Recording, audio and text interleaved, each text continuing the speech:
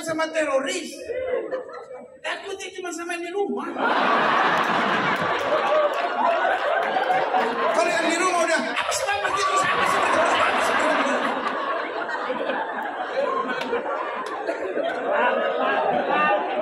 tahun depan ada seminar khusus untuk istri pelayan-pelayan misi.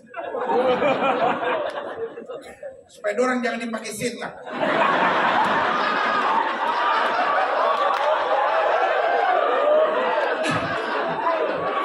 Bos, gini. Saya ini penginjil lumayan. Apalagi kita kan penginjil yang buat banyak kan di lapangan-lapangan tuh. Kadang kalau pulang masih ada berkat. Iya tuh. Sampai rumah istri tahu kita pelayanan, pulang ada berkat.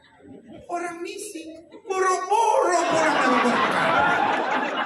Tanya Umi Irwan, apa orang misi dapat berkat? Berkat apa? Keluar iya. Lu tanam gereja.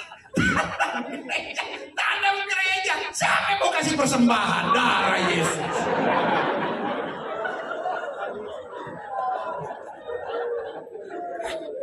Coba. Kembali. Panjang nih urusannya. Coba. Bagaimana akan kubalas kepada Tuhan segala kebajikan kepada aku akan mengangkat piala keselamatan dan akan apa? Menyerukan nama Tuhan. Akan membayar nasarku kepada Tuhan di depan rumahnya. Coba ayat 15. Orang selalu mencabut ayat ini untuk ibadah penutupan peti. Padahal ini hubungannya dengan misi, saudara-saudara.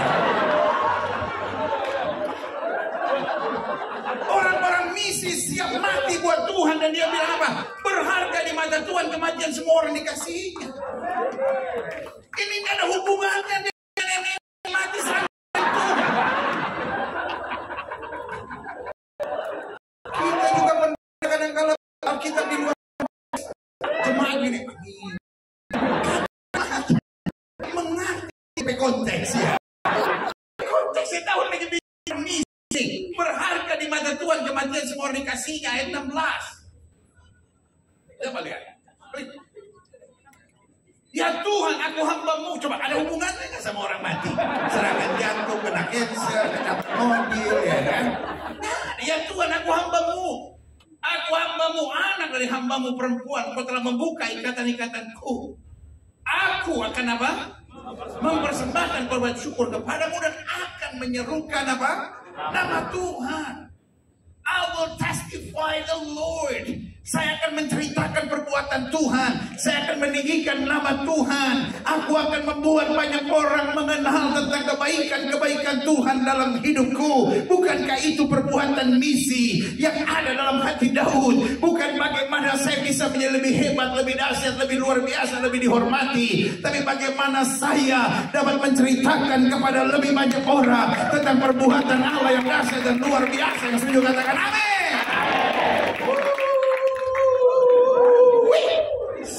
Jojo.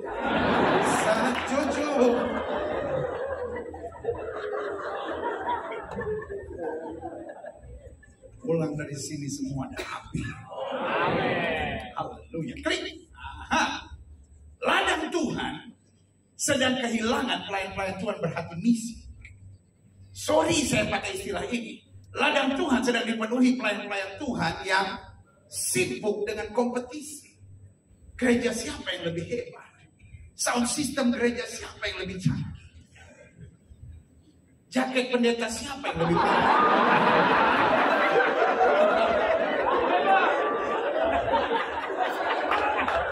Jaket kita nggak mahal tapi nggak ada yang punya.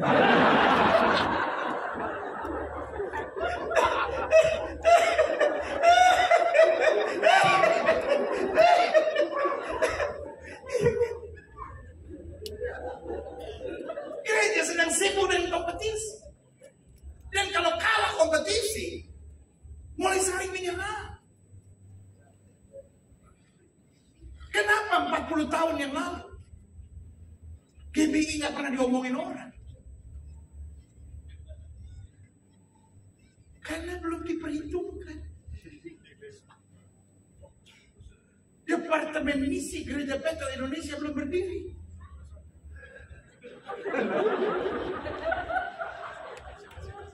Tapi kemudian GBI tiba-tiba melesat. Urapan Allah ada di daerah-daerah. Saudara, kota besar mana yang GBI bukan salah satu gereja terbesar di kota itu? Betul? Di kota manapun, di kota-kota besarnya GBI ada dan salah satu gereja terbesar. Tetapi di kota kecil mana yang GBI nggak ada? Kenapa Reform kadang-kadang emosi sama GBI?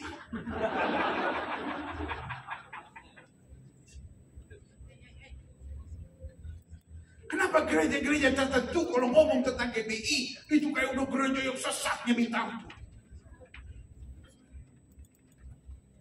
Karena tulus? I think not.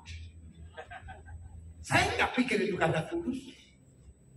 Mereka semua berteriak, oh karena kita mau meluruskan ajaran. Terus kenapa? GBI sesat semua. Terus GBI nggak ada komisi pengajarannya. Terus GBI nggak ada komisi etiknya. Terus GBI tidak ada doktor-doktor teologianya hebat-hebat. Mau ajarkan apa yang harus kami percayai? Bahasa saya bilang kampungan. Bahasa Inggrisnya bilang religious.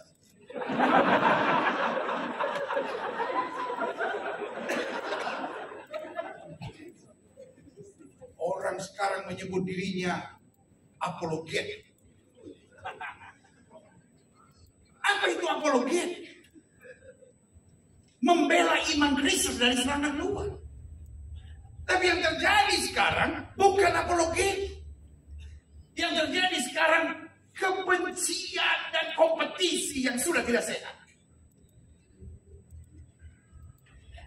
Saya harus ngomong sama saudara-saudara sekalian, supaya fokus saudara jangan ke sana. Fokus kita tetap misi. GBI punya teolog-teolog yang hebat, jangan ngurusin orang-orang gila itu. Kenapa saya ngomong intelek? Orang mau marah sama saya, biarin aja orang marah. Tapi buat saya ini sudah kebangatan. Semua orang yang mengaku apologet, yang pertama dia serang pasti GBI. Ada orang berani lagi menyebut nama, gila, Niko, Raharjo, gila ya. Tapi yang nyindir sendiri. Pendeta yang kenal, pendeta gereja ini, pendeta suka di TV. Kita itu.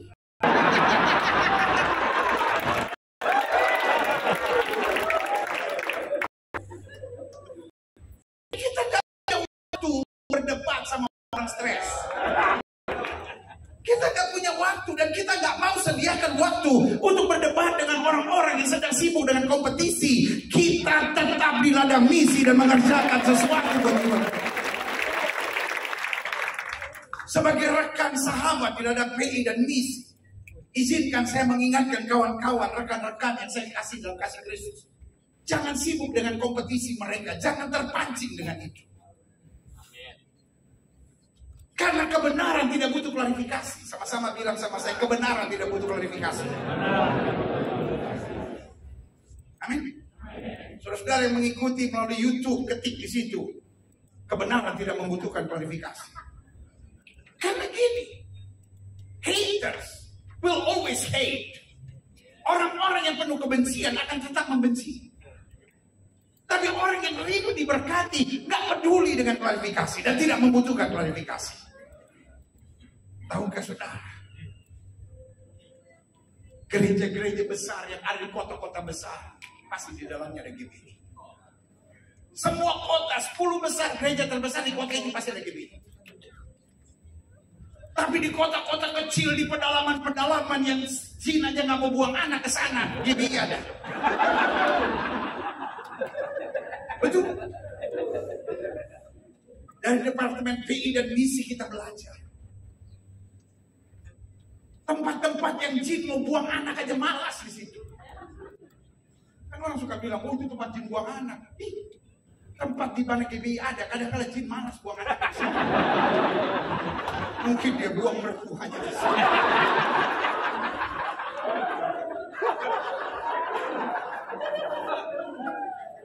Gereja sedang kehilangan orang-orang berhati misi. Gereja dipenuhi dengan orang-orang yang bahasa saya bilang sensitif, tersinggung, kecewa, berkompetisi, cari-cari gara-gara, sama-sama bilang saya tidak mau terpancing. Itu bukan ladang saya. Ladang kita penginjilan, ladang kita jiwa-jiwa. Setuju katakan amin. Nah, saya catat ini sangat berbahaya. Kalau kita terpancing untuk berkompetisi, ini bahaya. Klik, saya catat di sini. Aha. Bagaimana ciri-ciri pelayan Tuhan yang berhati misi? Malam hari ini, kalau saya boleh bagi 4 kunci penting supaya kita pulang dengan hati misi. Yang pertama, ciri pelayan Tuhan yang berhati misi. Hati misi mulai dari merasakan kebaikan Tuhan. Kenapa kita nggak pusing difitnah orang? Kenapa kita nggak pusing diomongin orang? Makanya saya nggak percaya. Orang Indonesia ini orang yang paling susah mengakui kesalahan. Contoh, saya pernah ngalamin menggigit lidah sendiri. Terus kita bilang apa? Ada yang ngomongin gue. Sehingga sok seleb banget. Lu pikir lu Sambo?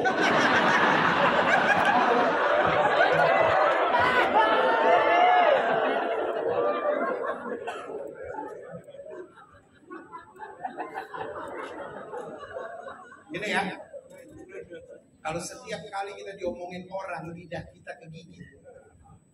Lidah saya udah putus.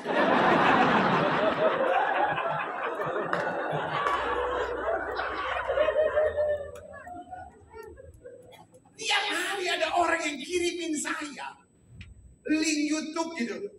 Pak Gilbert diomongin orang, Pak Gilbert diomongin orang. Saya kok diomongin orang senang. Mendingan orang ngomongin saya daripada saya ngomongin orang. Kenapa? Yang suka diomongin orang itu Jokowi. Bambang Supendi pernah diomongin orang? Siapa itu Bambang Supendi? Ya karena dia gak dikenal. Jadi kalau gereja mau diomongin orang, mau difitnah oleh orang, jangan kecil hati. Kita orang-orang misi, gak peduli dengan itu. Kita sibuk membalas kebaikan Tuhan. Amin. Aduh, orang tuh kalau menyadari kebaikan Tuhan, yang pertama kita gak pernah ngerasa capek. Yang kedua kita gak pernah ngerasa rugi. Dan yang ketiga kita gak sempat emosi. Sorry ya.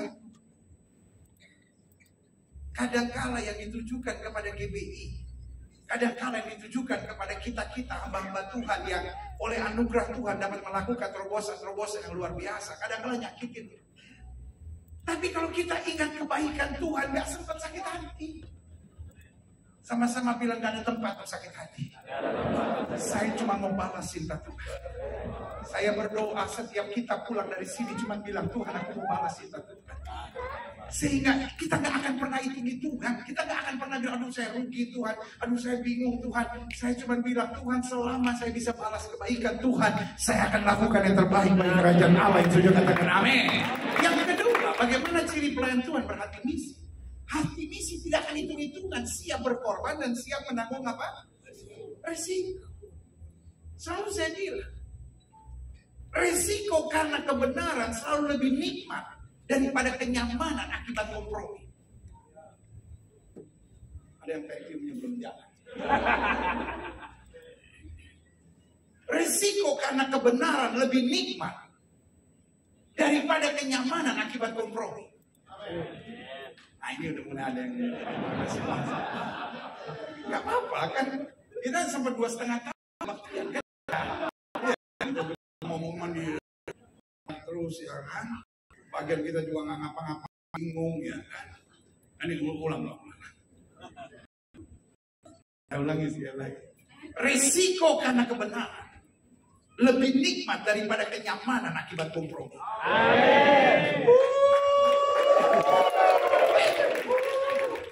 Makanya saya bilang bilang, kalau saya pakai bahasa keseharian saya, orang misi adalah orang yang suka cari gara-gara. Kalau saudara senang dengan kemapanan, I don't think you have a heart of mission. Yesus adalah Tuhan yang cari gara-gara. Dia udah enak-enak di surga, dia pergi turun.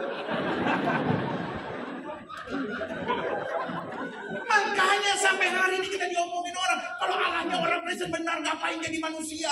Maka orang Kristen itu manusia dijadiin Tuhan, Tuhan dijadiin manusia. Karena Yesus adalah Tuhan yang cari gara-gara.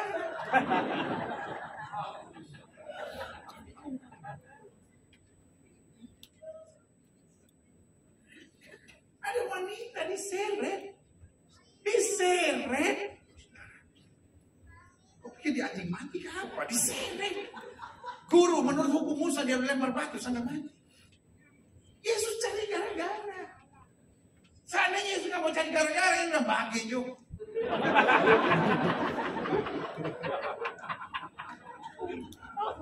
Yesus cari gara-gara.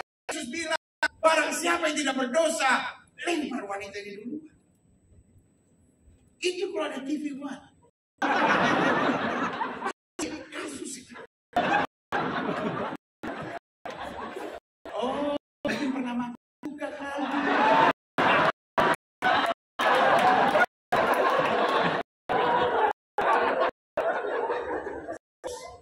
Saya cuma mau itu. Kalau kita berkarya buat Tuhan, fitnahan segala macam yang nggak masuk akal pun akan ditimpakan pada saudara. Tapi kalau we are ready, kita nggak gentar untuk hal-hal bodoh seperti itu. We are busy with focusing on God's will. Kita sibuk dengan memusatkan hati pada kehendak itu. Sama-sama bilang, saya harus cari gara-gara. Bilang sama saudara, tapi jangan ribet. Kita harus cari gara-gara, tapi jangan ribet. Apa yang kita kebenaran tidak bisa diperlukan, sehingga boleh marah. Tapi orang berharap kepada Tuhan tidak pernah dengan sesuatu yang mereka bagaimana yang Tuhan berhati hati yang menginginkan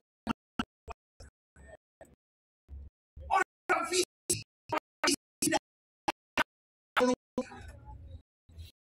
Amin. Kita akan sibuk dengan doktrin dan lain. Itu sebab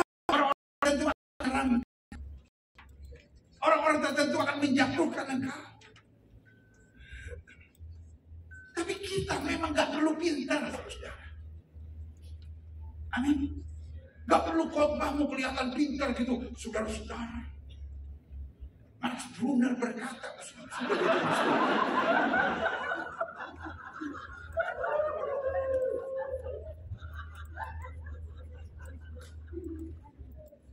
Yohanes Pembaptis gak berusaha jadi orang pintar.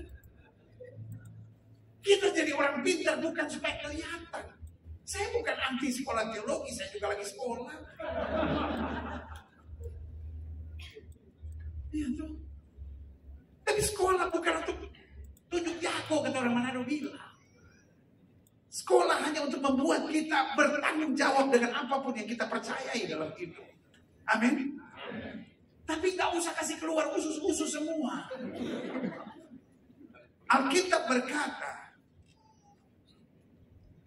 to preach the simplicity of the gospel. Para orang-orang yang hati misi, dia bicara sederhana. Tapi kalau dia tumpang tangan buat orang sakit disembuhkan. GBI, kebanyakan orang pintar.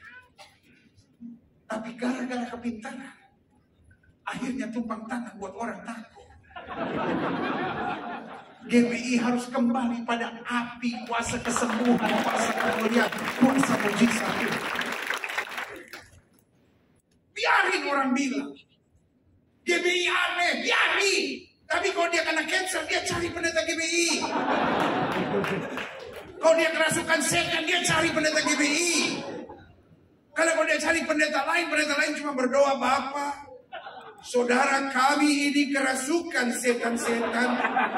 Kirimlah pasukan malaikatmu mengusir setan-setan ini. Amin. Setannya lari. Lari. Karena nama Yesus. Tetapi ada tempo dah. 3 hari kemudian padahal itu yang dipanggil udah Ekorus, yang dipanggil udah Bishop. Ya, kan? Kalau GBI nggak usah cari gembalanya, bahkan pengerja aja.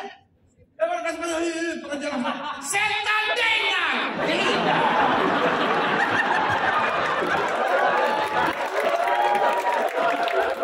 Setannya langsung bilang salah orang kota, orang GBI gantung. Orang GBI, gak usah gembalanya, gak usah gembalanya. Baru pekerja yang hari-hari cuma lipat warta di gereja. Udah langsung setan dengar. Setan itu langsung salah orang kata kita. Tapi masih pengerja tuh ada kalau salah-salah. Setan aku ikat. Ikat tuh. Aku patahkan. Aku hancurkan. Aku usir keluar, setan langsung hancur.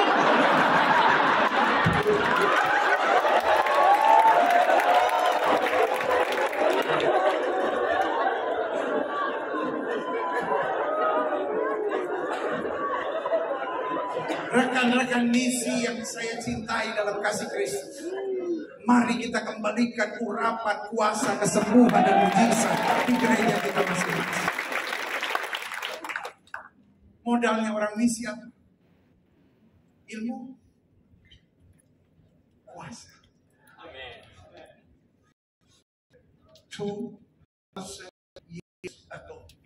2000 tahun yang lalu waktu gereja berdiri, dan sekolah teologi. Saya nggak bilang sekolah teologi nggak penting. Nggak ada WhatsApp, nggak ada Facebook. Sekarang kita bisa khotbah di Facebook, bisa live YouTube. Waktu itu nggak ada. Tetapi dalam waktu nggak lama, seluruh Asia mendengar Injil. Amin. Bukan karena kepintaran, bukan karena strategi, tetapi kuasa. Sekarang kita punya semua, but I'm afraid. Kita kehilangan kuasa. Saya berdoa supaya Rakernas misi ini minimal membawa setiap kita hati untuk berkata, Tuhan, aku percaya pelayananku diurapi oleh kuasa. Mari pesan kita semakin simpel. Khotbah-khotbah kita jangan tambah rumit. Aduh, begitu hebatnya sudah berkhotbah sampai tidak ada jemaat yang mengerti. Jemaat pulang bilang khotbah pendeta hebat sekali, mengerti enggak? Biarin khotbah kita sederhana, yang penting orang berdosa menangis dan berkata ampun ya. Orang sakit disembuhkan, orang lemah dikuatkan, rumah tangga yang hancur dipulihkan oleh Tuhan. Yang keempat yang terakhir, saya undang pemain musik maju ke depan. Bagaimana ciri pelayan Tuhan yang berhati misi? 1, hati misi mulai dari merasakan kebaikan Tuhan. 2, hati misi tidak akan hidungin Tuhan. Siap korban dan menanggung risiko. 3, hati misi fokusnya hanya menyerukan nama Tuhan dan kuasa Tuhan.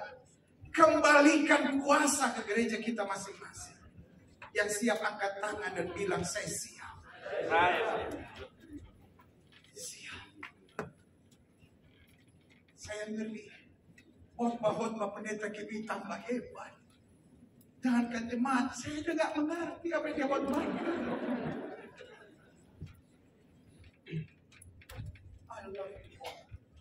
Saya melihat saudara, saya lihat tim yang tangguh. Tim yang siap kembalikan GBI pada gereja di mana kemuliaan Tuhan dinyatakan. Dan yang keempat, yang terakhir, hati misi selalu menghargai panggilan orang lain dan siap bekerja sama.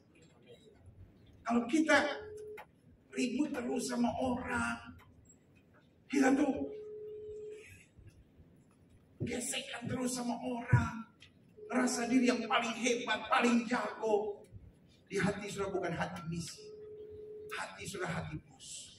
Hati misi itu hati hamba. Tugas saya menangkan jiwa. Ada yang tugasnya untuk pemuridan, ada yang tugasnya untuk pengembalaan, ada yang tugasnya untuk ini.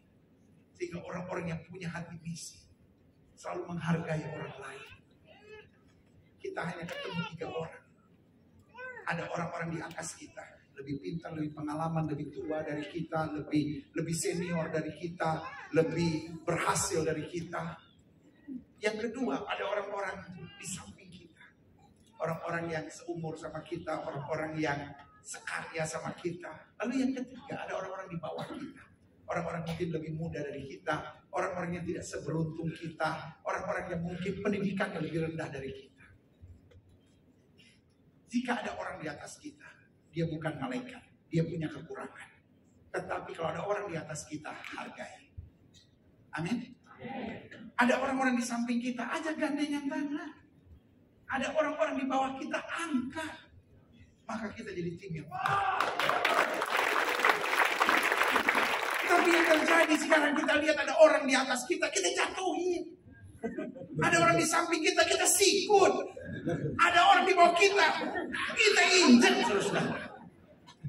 Itu ciri orang bodoh. Orang yang berhati misi, dia menghargai orang lain. Bayangkan Daud disikat habis sama Saul. Tapi ketika ada kesempatan untuk membalas, dia bilang apa? Aku tidak akan menjauh orang yang Tuhan urapi. Hatinya hati yang bergandengan tangan. Saya percaya orang-orang misi ketika kembali ke tempatnya masing-masing, dia bergandengan tangan dengan GBI. Dia bergandengan tangan dengan sesama gereja-gereja yang mungkin bukan alirannya sama. Bahkan dia bergandengan tangan dengan orang yang bukan orang percaya. Karena orang-orang misi akan dipakai Tuhan di akhir zaman untuk kemuliaan Tuhan yang luar biasa. Saya undang kita semua bangkit berdiri. Ku jawab ya, ya, ya. Ku jawab ya, ku jawab ya, ya, ya. Ku jawab ya Tuhan, ku jawab ya. Katakan Tuhan, aku nggak mau ribet. Aku nggak mau aneh-aneh. Aku cuma mau kembali kepada fokus misi. Iya, iya. Ku jawab ya, ku jawab ya. Amin. Oh, ku jawab ya, ku jawab ya. Iya, iya. Ku jawab ya Tuhan, ku jawab ya Tuhan. Ku jawab ya Tuhan, ku jawab ya, ku jawab ya, ya, ya. Sebagai rekan di dalam Tuhan, izinkan saya berdoa buat saudara. Setiap mata terpejam, setiap kepala tertunduk, setiap hati terangkat pada Tuhan malam ini. Kalau saudara berkata, saya ini orangnya ribet, saya ini orangnya gampang tersinggung, saya orangnya gampang kecewa, saya ini gampang berkompetisi, saya itu gampang emosi.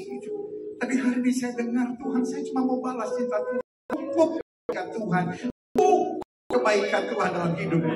No complain at all. Dan sekarang akan berikan aku ini jujur, saya mau berkompetisi sama orang lain. Aku diajar, aku cuma simpel. Yang penting ketika aku doa buat yang sakit disembuhkan. I have to bring back power into the church. Aku harus kembalikan kuasa ke dalam gereja-gerejaku. Aku harus kembalikan kesatuan tubuh Kristus dimanapun aku ditempatkan. Jika itu doamu, taruh tangan kananmu di dada dan bilang, Lord, give me your power. Lord, give me the heart of mission. Tuhan, berikan aku kembali hati misi. Api. Aku sudah tenggelam di dalam berbagai program. Aku sudah tenggelam di berbagai keinginan-keinginan. Aku lupa panggilan Tuhan yang utama. Jika itu doamu, taruh tangan kananmu di dada. Kita sesama tubuh Kristus, kita sesama pendeta GBI di dalam ladang yang sama, di ladang PI dan misi ini. Biarlah kita buka hati. Saudara-saudara yang didoakan, boleh taruh tangan kanan saudara di dada. Saudara-saudara yang didoakan, taruh tangan kanan saudara di dada. Angkat tangan dua tinggi. Minta api dari Tuhan, minta api dari Tuhan.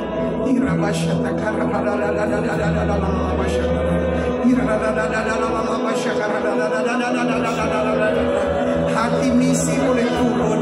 Kita bersyukur kita punya ketua misi yang luar biasa, punya semangat misi. Biarlah turun di hati kita masing-masing.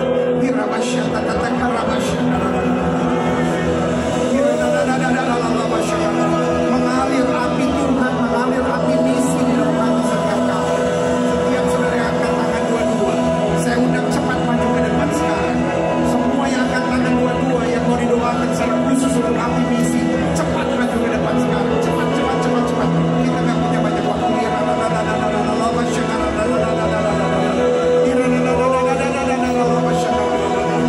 Engkau yang paling tahu di hati sudah masing-masing di mana letak kekurangan kelemahan kita hari-hari ini. Api dari Tuhan turun, api dari Tuhan turun. Kuasa kembali dalam pelayanan kami. Urapan baru terjadi. Kami cuma mau balas cinta Tuhan. Ada yang sudah luka, ada yang sudah tersinggung karena berbagai tantangan. Kembalikan ketulusan kasih Kristus. Api isi kembali, api kuasa kembali, api ketulusan pelayanan.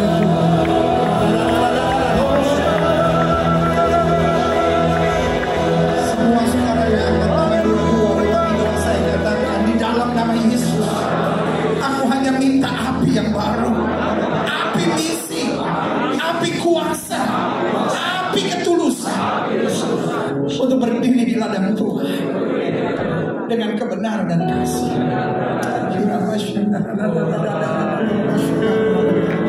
Angkat tangan kita dua-dua, nyanyikan pujian ini. Dan saya mohon kesediaan hamba Tuhan yang luar biasa, Bapak Pendeta Irwan Wijaya, yang akan mendoakan kita, mengurapi kita secara khusus dan mengimpartasikan api misi. Beliau dipakai Tuhan dengan urapan misi yang kuat.